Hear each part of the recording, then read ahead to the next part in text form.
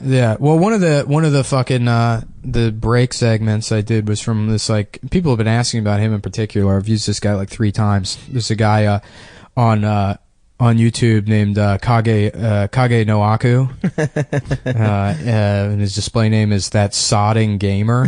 Which my favorite type of nerd is the guy from America that uses British slang. Oh God! Yeah. What a bloody way to bloody hell! Oh, I can't be arsed to go to work today. Saying lines what a daft fellow he is, you know. Yeah, right. I'm just taking the piss. Yeah, right. That kind of shit. Well, so yeah, this guy, That Sodding Gamer, who went viral a couple of years ago because one of his videos is him sitting in his backyard and his mom's taping him. First of all, this guy's like 32 years old. Hell yes.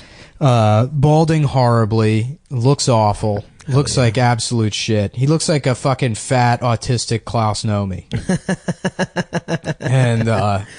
And he's sitting there with his younger brother who's got like an even more of like a basement rat sort of thing going on. And he's like, okay, this is my Katana unboxing. And he has like this weird accent he made up. It's not a regional accent. He just sort of talks like this. And he's like, sounds like a Simpsons this character. is actually my first Katana.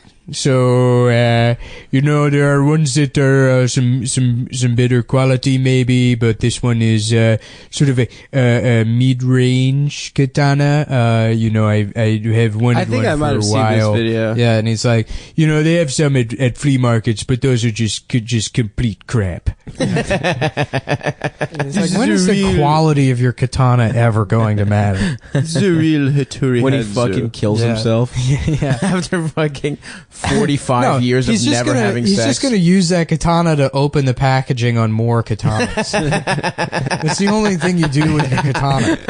The blister pack rating on katanas should be, that's the number one thing. Through, How quickly can this cut through a sex doll's packaging? How quickly can this cut through a real doll? Yeah. There's that. If my real doll displeases me, you know that guy kills his fucking real dolls. There's that, and then there's the Game of Thrones swords guys that are like, this is like Valyrian steel. The guy, with the claymores and shit, the swords Jesus you can't Christ. even pick up. Yeah.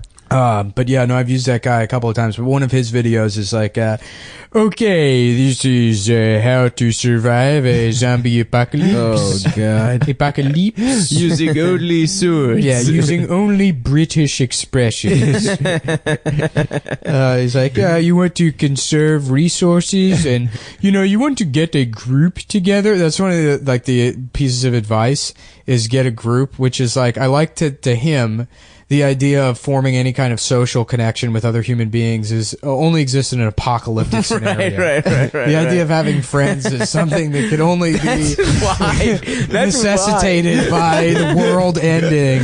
Otherwise, you know, you just want to live with your mom and make unboxing videos. Oh my God. That's why those people want fucking apocalypses to happen, because people will be forced to hang out with them. I used to do a bit about when I was like younger about like how nerds are just obsessed with like basically any nerdy obsession. The prerequisite for them to be obsessed with it is that it exists in a time that's just not now. Right. So, like, they're like, they love the Renaissance because in their mind they would have been a knight. And it's like, no, you've been the guy that the knights make fun of. Right, yeah. Like, or their modern day equivalents do now. Or Star Trek, like, oh, things would be so much better if we lived in space. It's like, first of all, Starfleet is like a military organization. Right. Yeah. You'd have to make it through basic training. Yeah, you couldn't make it through basic. They wouldn't let you in space. Yeah. No one on that ship is fat. You know how fucking bad you would look in that uniform? That fucking like Under Armour it would skin show tight. every single flaw. You would look like absolute shit. Just like that fucking uniform. Pavarotti in a wetsuit. Yeah, to be in space and appreciate diplomacy. Like you're gonna have some fucking asthmatic retard stinking up the sealed oxygen. You know, getting his dick sucked in the holodeck constantly. Which, by the way, they never address that on the show. Is like, oh my God, how much cum must be on the floor of the holodeck? And who has to clean that up? That would be their job. Yeah. Their job would be to clean up the cum on the holodeck. Well, that's why they have robots. I'm sure Data has to do that shit. I feel like that's when it got kind of lazy. I was always laughing about, there's an episode where they give Data, like, or maybe it's one of the movies where they give Data like an emotion chip.